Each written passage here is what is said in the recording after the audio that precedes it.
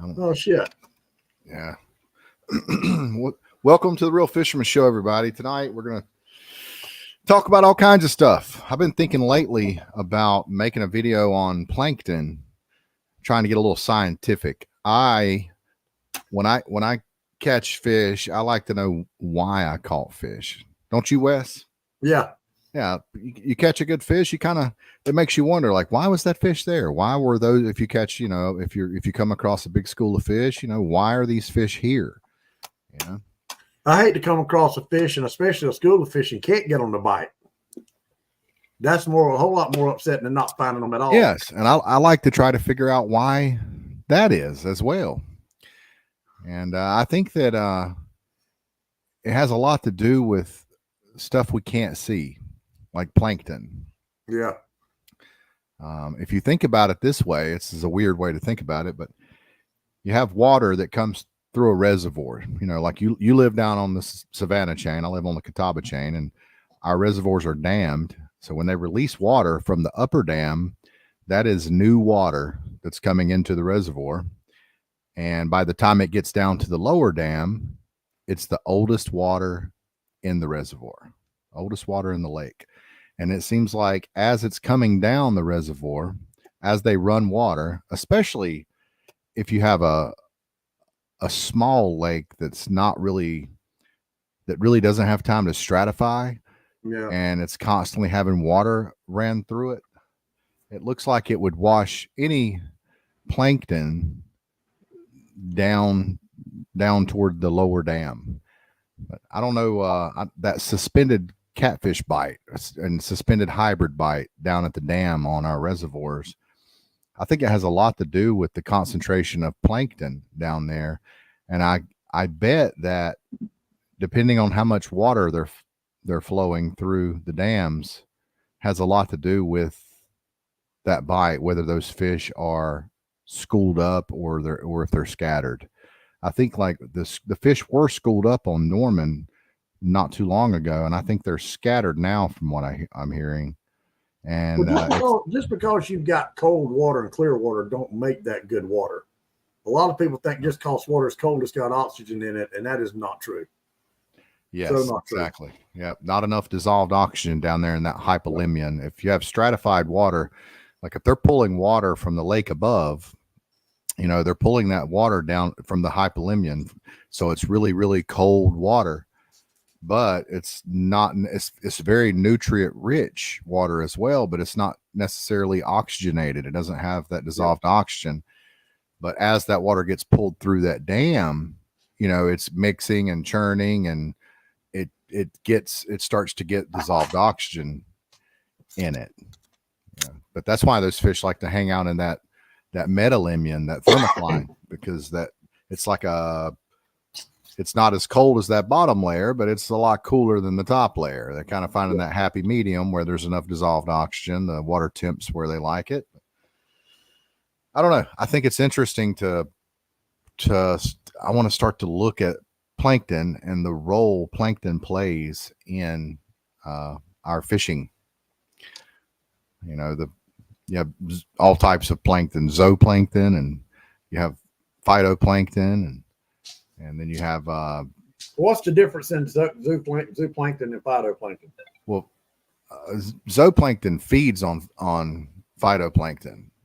So the phytoplankton will get there first, and then the zooplankton will show up and feed on the phytoplankton, and then it's basically where the food chain starts. And then your filter feeding fish, like a lot of your bait fish, will come and feed on the plankton, and then so on and so on.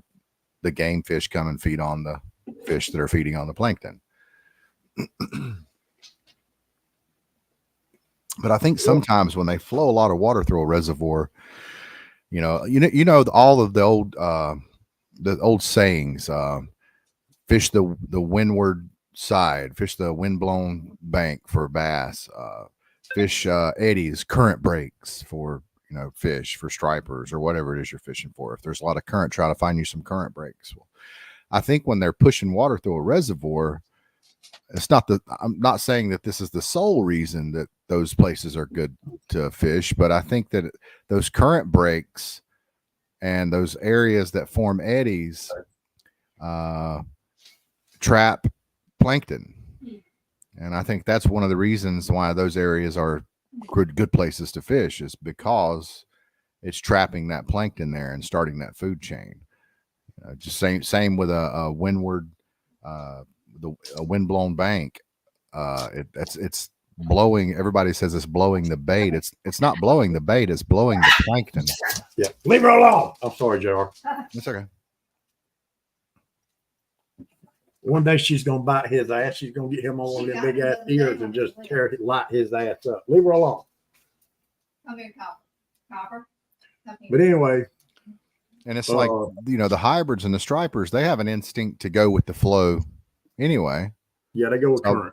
So it's probably the reason they're designed that way is because that's what happens with the plankton. Because the plankton can't really swim, but plankton is the largest migration on the planet, daily migration on the entire planet, but they only move like 30 feet in like a 24-hour period. It's like, because they're so small, it's the viscosity of water is like honey to them. So a plankton is like an orgasm, a real small orgasm in the water. Yes. That's wild. Well,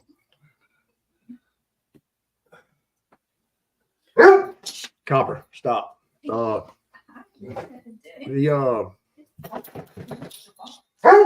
gonna Copper, stop. I don't know if you've seen on Facebook, we finally got us a permanent place at the lake, so you can come down to Greenwood now, fish with me some, and you'll have a free place to stay. Yes. Oh, are you on Greenwood? Or Yeah.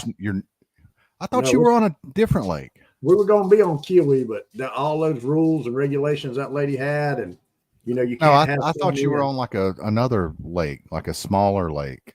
No, we were going to be on Kiwi. Kiwi's bigger than Greenwood, but we decided to go with Greenwood. It's a laid back campground. Actually, they just got it set up yesterday. It's tied in. It's already set up on blocks. Plumbing's already tied in. Water tied in. Power. So you're on Greenwood. Yep. That's a good little striper lake. Oh yes, most definitely, and a lot of crappie. And I'm about 1.5 miles across from Daniel Skipper. Oh, really? And how far? You're not very far from Lake Murray. No, and I am less than 2 miles from James Long. James got a lake house on Greenwood. Yeah. And I'm right there where the Saluda. I'm just around the bend where the Saluda comes in. Yeah. So I'm in a good part of the lake. So. All right. So do y'all have a personal ramp there near you? We got our own ramp on boat dock, everything. Oh man, that is awesome, dude. $300 a month. Can't beat it. No. Can't beat that at all. We're gonna go down tomorrow. Be our first night in the new. I just bought a new 30-foot camper with a super slide. Did you sell your other camper? Yeah. Did you? Yeah. So it's been a long time coming, but tomorrow night's gonna be our first night in it. So we'll take the golf cart down tomorrow and get everything set up with that, and then we'll take my boat down there next weekend. So you went from salt water to sweet water. Yeah. I like it. Closer to the house water. Yeah. I like it. So, but it's weird, and I've always heard this. People say you start out doing something, and if you do it long enough in life, somehow or another you find your way back to where you started. Yeah. And one of the first big lakes ever fished in my life was Hartwell, and the second one was Greenwood. So, yeah. And here I am back. Peter Malick said he wants to see that 86-inch TV in the camper. Pete, that TV was actually going to be for outside on the porch of that other camper we were going to buy, but we didn't get it, so I didn't get the 86-inch. But I was going to put one in my living room, but hell, if you turn the TV on, you'd have to have sunglasses because the light would be so bright, so I wouldn't be able to watch it. But anyway, yeah, Junior. So next time you come down, and I'll tell you, I would say, from my understanding, November, December, January is when Greenwood's on fire. That's a shallow lake. I think some of the deepest parts of it is like maybe 45, 50, maybe 60 foot. Right now it's hot, and that lake don't really turn over. It is what it is. See, now I've wondered, like in a lake like that don't turn over, don't have no stratification, where does those fish go? What do they do? I mean, they still got to eat. So, I mean, what would you do? Just go in there in deep water, stay in the channels and fish for them? I don't know. That's a good question. That's a good question. I know it seems like they do like to stay in deeper holes, because that cool water is going to stay deeper, going to stay cooler longer, and in those deeper areas. Now, when the Saluda, that's another thing. When the Saluda, say you're in the Saluda River and you're in that channel, even in the lake, is there a current? Is that in that channel? Are there a current always, or does that water slow down sometime depending on what the Saluda's doing, or is there always a current in that channel? I guess it depends on if there's a dam. Yeah, there's a dam. There's a couple of dams there's probably 4 or 5. Let's see. I know you got the Saluda Dam up here by my house. Then you got another dam down there in Piedmont. Then you've got a Weir Dam right below Piedmont. Then you've got one at Possum Kingdom. I think there's 5 or 6 different dams before it gets to from out of Saluda Lake. You got the dam at Saluda Lake, which is right here by my house over in Easley. Mm-hmm. And then you got the Saluda Dam. Then there's one in Possum Kingdom. Then you got a Weir Dam. And I think there's another dam in there's another dam in Piedmont. I think there's 4 or 5 dams between here and Greenwood. So I don't know. But I do know the Reedy, the Reedy River Dam is also up here in Greenwood. If I were you, I would find out where they stock fish on Greenwood. I think that a lot of times, from my experience, especially on Lake Norman, they stock fish there at the Hager Creek access, and every single year around February, like basically pre-spawn, it's like these fish are getting ready to go spawn. But you'll see that they'll come up shallow around the Hager Creek access area. There'll be birds hammering. It's like they come back to where they were stocked. But the funny thing is they'll be staged up. They'll be staged up out there in the main channel. Now, I don't know. I think a lot of those fish that are staged up out there in that main channel in deep water that we were marking, we mark them every year, and we just can't get on the bite in February. And it's becoming the norm. And I don't think that it's exclusive to just like Norman. I think it's everywhere. It's like this. It's like you would think these fish would be feeding up heavy for the pre-spawn. That's what fish do. They feed up heavy. Not the case. Not saying that they won't go on these binges where they'll feed and bust the top of the water and go on these feeding frenzies. It definitely happens.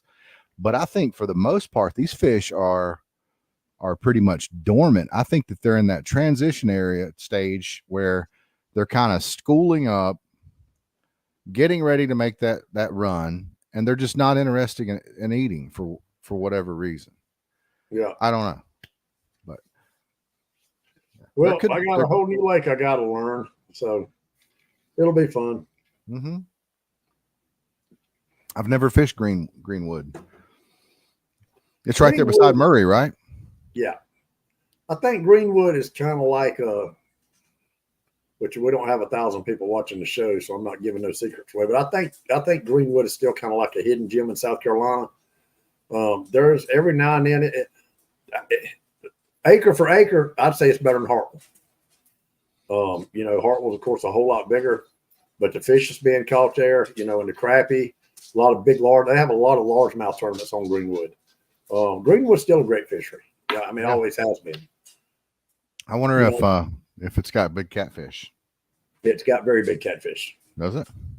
Yeah, Patrick Miller made a statement the other night. He said, "I can't believe you left Hartwell or something." He said, "You're going to go down there and you're going to be swimming and fishing in all the Greenville sewage."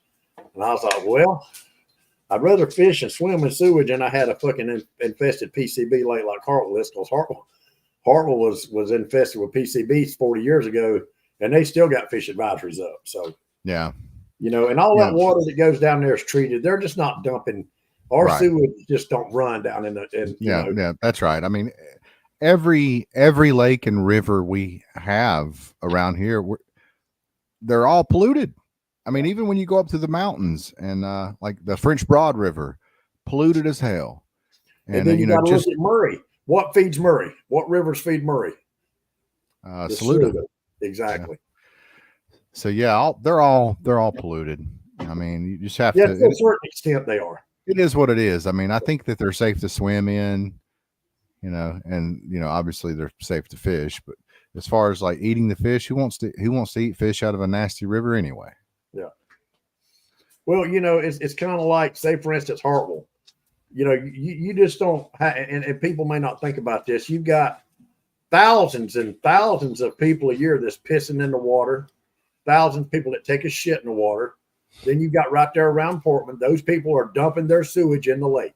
Everybody knows that's why you don't swim.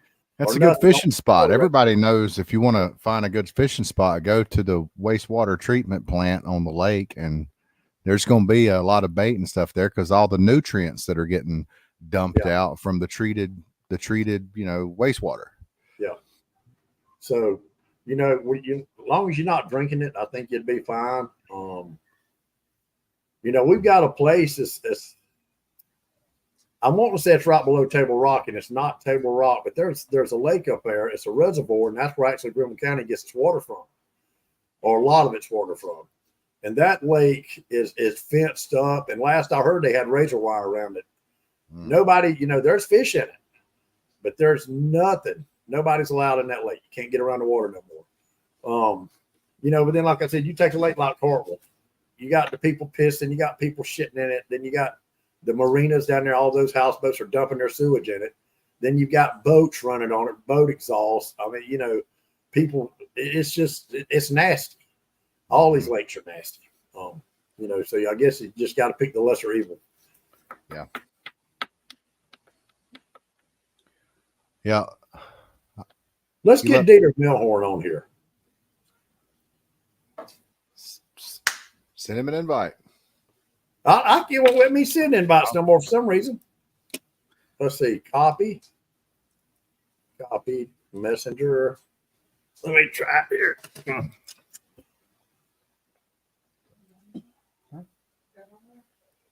I got on there, yeah.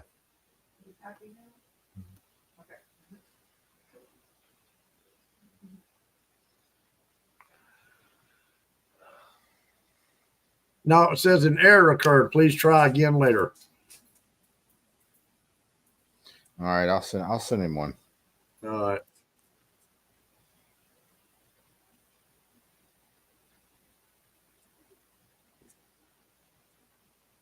I'm texting him now. All right, I'll send him one.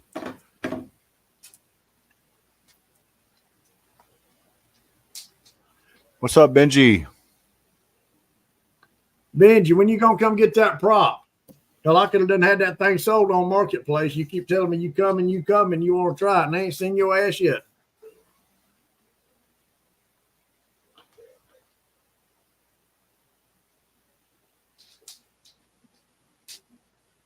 Ryan, have you talked to Ryan lately? Yeah, I talk to him probably at least once a week, usually. Now, who's taller, Ryan or Chris? I don't know. I think Ryan is 5'5". I don't know how tall Chris is. 5 foot. No, he's taller than 5 foot. He's a little bitty fella, ain't he? Yeah, he's a little feller. I like Ryan. He might be a bully. But Benji, I will be going. We'll be at the lake tomorrow, buddy. I can leave it out somewhere for you if you call me. I got a whole new lake to learn. So, like I said, we just want a place where we can go. You don't have to hook sewage up, hook water up, hook power up, just to stay a night or two, and then unhook all that stuff, put it back up. and then do the same thing. I mean, it just got old. You know, I'm getting old and all that shit. I'm just getting lazy. So it's worth $300 a month just to go when I want to go and leave when I want to leave and not have to fool with nothing. Let's see. How big is Lake Greenwood? How many acres? I'm not sure. Are you Googling it? Yeah. Hold on, I can Google it. How many acres is Lake Greenwood in South Carolina? 11,400. The average depth is 22 feet. Maximum depth is 69. That's a good sized lake. Yeah. Yeah. That lake definitely stratifies. I don't know. Skipper said it didn't. Well, maybe it don't. I guess it's got a lot to do with how it's shaped. Well, the deepest, it's got more creeks than anything. The deepest part, it says maximum depth is 70 feet, so I missed it by 5 feet. Let's see here. Does Lake Greenwood stratify? Yeah, it's a riverine reservoir. That's a what? Let that. See how it's just long and straight? Yeah. Yeah, a lot of little creeks in it. You probably get some stratification down toward the lower dam. Probably, maybe. You're probably not getting any mid lake or above though.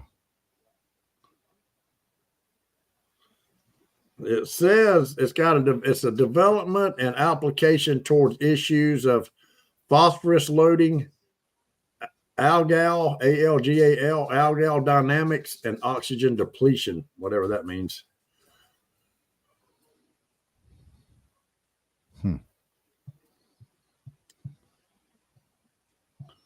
Oh, hell, this thing's 100 and something pages long. I shouldn't have downloaded that.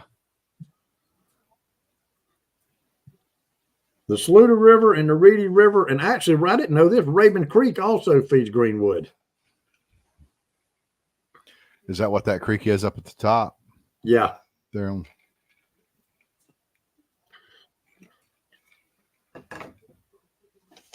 There's also a watershed surrounding one of the basins that collects local rain that also drains into Lake Greenwood. How deep is Lake Greenwood? The deepest part of Lake Greenwood has been known to be 69 feet. And lake average depth of 22 feet in depth and has a maximum depth of 69 feet.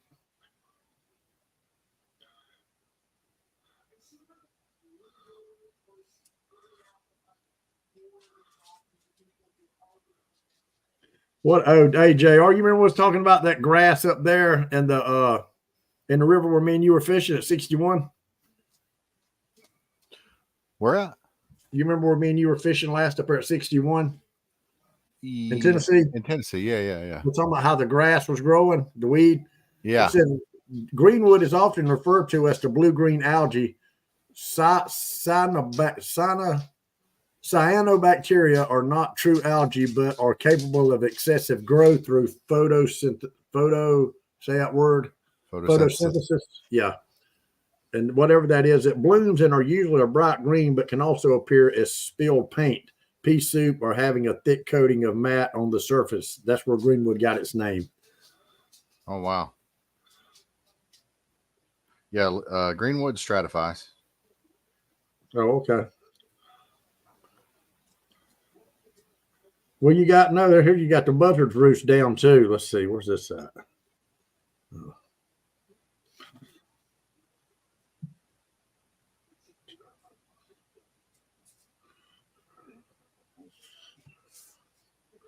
Yeah, you got a dam in Chapels, South Carolina, and down by the buzzard's roost.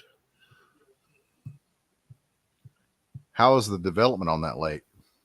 Is there a lot of development? Yeah, it looks like it's pretty much developed now. I don't believe you could get a whole lot more on Greenwood. You know, I think Greenwood, let's see. What's the oldest lake in South Carolina?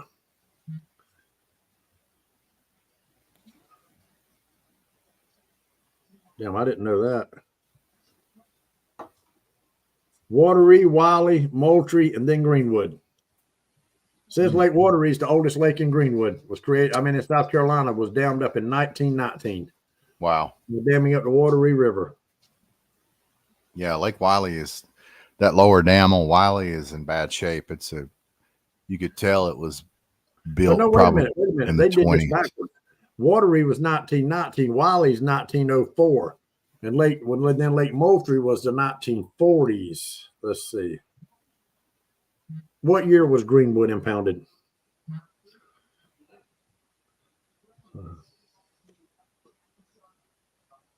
Okay. What year was Lake Greenwood impounded in South Carolina? Let's see. It ain't going to just tell me an answer. It's going to make you look. Let's see. Wikipedia. It was Blue License in 1955. It's got 212 miles of shoreline and it's 11,400 acres. And the water covers 3 counties: Greenwood, Lawrence, and Newberry. Yeah. Hmm. Next time I'm out at the lower dam on Lake Wiley, I'll post a video of it and show you how rough it looks. You ought to see the Reedy River Dam up here in South Carolina. And you know, if that thing breaks, they say that it'll contaminate everything in that river system from here all the way down to the Down Ocean. I wouldn't doubt it. You know, there's an old textile mill up there that dumped dye and all kind of chemicals in Conisty Lake for 30 or 40 years. Yeah, and all that stuff's just sitting on the bottom. Same here with Wiley. So you know that happened all across the country. You know, we finally, the EPA was established and we put a stop to all that crap, but it was too little too late. I think it was in the 70s when we finally started cracking down on all that crap. yeah. I'll be right back, Gerald. Go ahead. I just got to grab something. Okay.